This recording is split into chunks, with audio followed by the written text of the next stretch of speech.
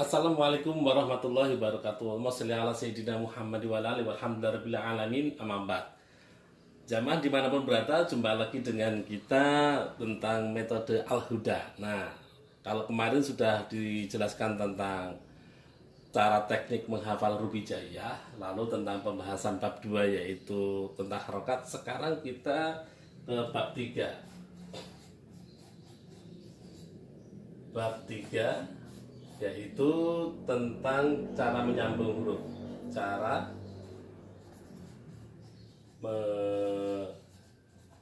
menyambung huruf. Nah, cara mudah menyambung huruf seperti apa? Ayo kita mulai. Contohnya di sini dari mulai huruf ba. Oke, lihat, perhatiin huruf ba. Ba di depan itu bentuknya begini. Maaf, sebentar. Ba di depan itu bentuknya begini. Titiknya di sini, bukan di tengah. Ba di tengah itu bentuknya begini. Titiknya di sini. Ba di belakang baru kembali semula. Titiknya di tengah. Kalau kita kasih harokat, bacanya ba, bi, bu. Tuh. Kalau titik 2 jadi ya, yi, yu. Kalau titik 1 di atas sa, ena, ni, nu. Kalau titik 2 di atas ta, ti, tu. Kalau titik 3 di atas sa, si, su. Cuman bedanya kalau ya di belakang itu bentuknya begini. Tuh. Langsung kenapa begitu? Kita memperkenalkan tentang huruf sambung nanti yang di Al-Qur'an itu bentuknya akan seperti ini sehingga mereka tidak akan kaget. Jadi tidak perlu menerangkan di sini ada ya, di sini ada nah, di sini ada ta, di sini ada ta. Nggak terangkan ini, nggak terangkan ini, nggak terangkan ini, terangkan itu. Nggak perlu. Ini namanya sudah kena semuanya.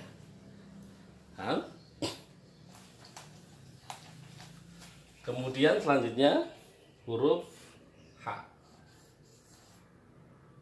H di depan itu bentuknya begini. H di belakang, di tengah itu begini. H di belakang kembali semula. Kalau ada titiknya jadi jim. Kalau di atas jadi kho. Ada yang modelnya begini. Tuh. Kalau titiknya jim, ada yang kho. Semuanya sama. Habis H berarti sin. Sin di depan itu bentuknya begini. Nah, begitu saja. Sin di tengah itu bentuknya begini. Sin di belakang kembali semula.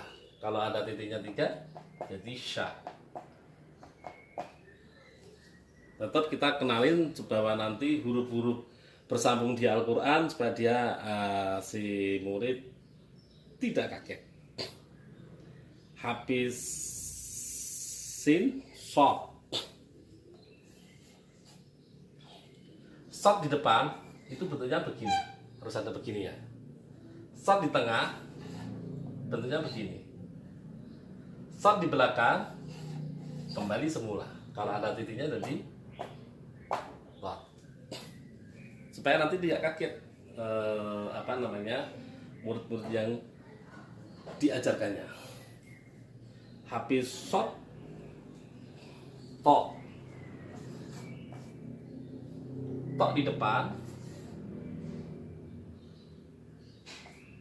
tok di belakang, maaf, bentar. Tok di depan, tok di tengah, tok di belakang sama. Kalau titiknya, tok. Dia sama. Oke. Setelah to, ain. Ini saya hapus dulu.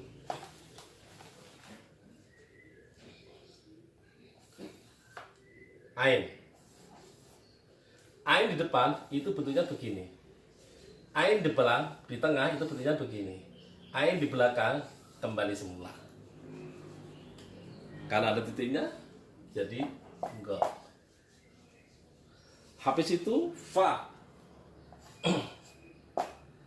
Fa di depan, fa di tengah, fa di belakang sama. Kalau titiknya dua ada di kok. Jadi kenalin aja begitu si murid-murid itu.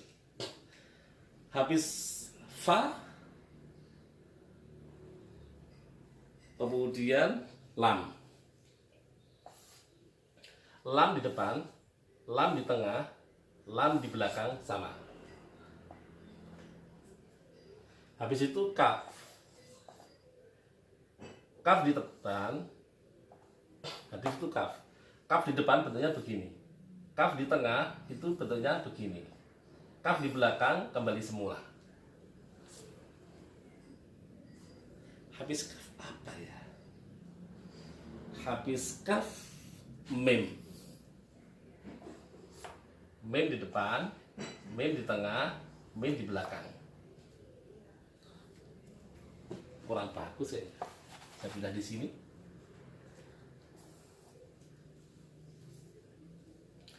Mem. Mem di depan, mem di tengah, mem di belakang. Supaya nanti muridnya nggak kaget dia. Apaan itu kok bentuknya jadi berubah seperti beda sama yang di pertama tadi huruf hijaiyah. Kemudian H. H di depan, H di tengah itu begini. H di belakang begini. Kasih tahu buat mereka supaya dia paham soal itu. Paham? Sudah kita tulis semua. Ada yang enggak ya? Yang belum kita tulis. Oh ada. Huruf apakah itu yang belum kita tulis? Ada huruf alif atau hamzah, yang kedua wawu, kemudian dal, ra, zai. Huruf 6 ini kenapa ditulis disendirikan? Karena huruf ini huruf yang tidak bisa disambung.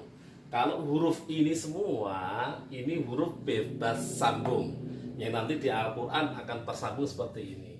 Kemudian kalau huruf ini 6, huruf yang tidak bisa disambung. Sekarang kita kasih contoh. Contohnya, umpama jamaah semuanya di mana berada, silahkan mau sebut huruf apa deh. Kalau di sini ada kaf, kemudian ada mem, ada wawu, kemudian ada ba, kemudian ada alif, kemudian ada so, kemudian ada dal. Gitu. Ini contoh mama. Contohnya ya. Ayo kita ajarin muridnya cara menyambung. Bagaimana caranya? Yang pertama ada huruf kaf. Kita lihat huruf kaf di mana? Oh, huruf kaf di depan ini. Ingat ketika memberikan pelajaran ini jangan dihapus. Ingat, tulisan ini jangan dihapus. Kenapa? Nanti sebagai petunjuk memudahkan si murid untuk belajar cara menyambung. Contoh di depan ada kaf. Kaf yang mana ya? Oh, kaf di depan. Oh, ini bentuknya. Berarti kafnya itu bentuknya begini. Kemudian setelah itu nomor 2 ada mem. Kita cari mem di tengah. Oh, ini ada mem. Habis itu ada huruf wawu. Ini wawu. Habis wawu nggak bisa disambung. Karena memang huruf ini tidak bisa disambung. Berarti ba dimulai dari ba di depan. Mana ba di depan? Oh, ba di depan ini. Paham? Ba di depan bentuknya begini. Titiknya di sini. Kemudian habis itu mana alif? itu alif panjang. Habis alif kagak bisa disambung berarti.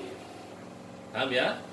Kemudian berarti shad ada di depan. Shad depan mana? Ini shad.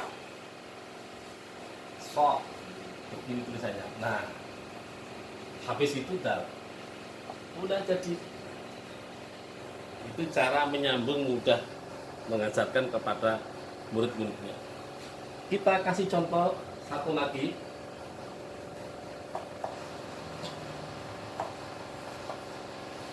Umpama murid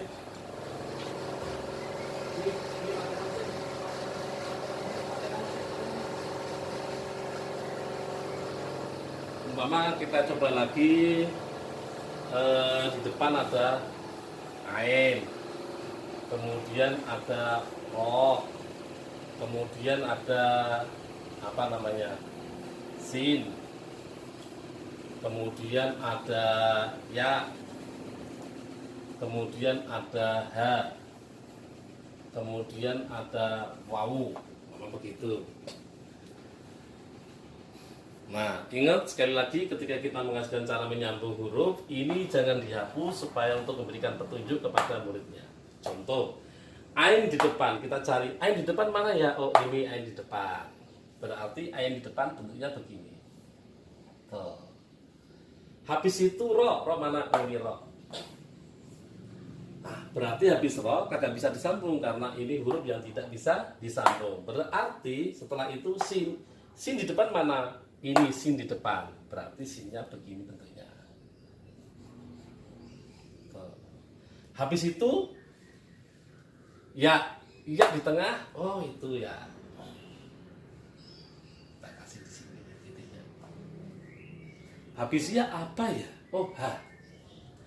Ha berarti dia di tengah. Ha di tengah ini. Maka nulisnya begini. Habis itu wawu. Berarti setelah itu dia tidak bisa disambung wawu. Ini cara menyambung huruf dengan mudah. Ingat, ketika kita menerangkan huruf untuk menyambung, jangan dihapus. Setelah paham si murid itu, kita kasih contoh yang kita kasih harokatnya. Contoh, ada sin,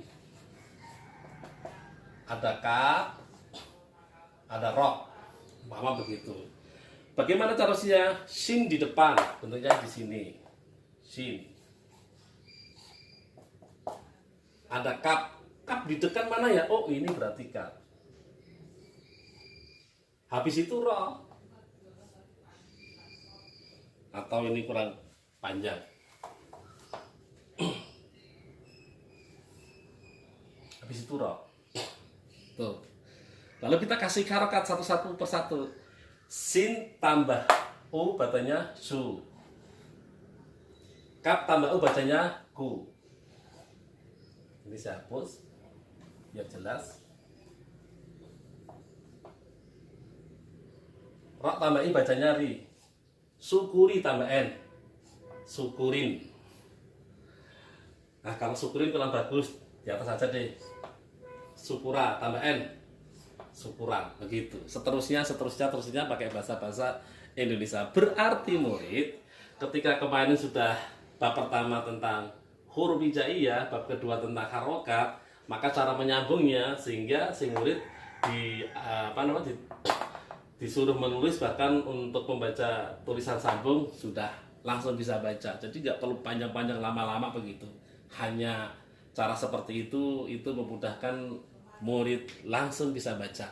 Karena metode ini dari nol, orang yang baru bisa membaca Al-Quran, maka insya Allah di dalam waktu 4-5 jam sudah bisa baca Al-Quran. Terima kasih. Wassalamualaikum warahmatullahi wabarakatuh.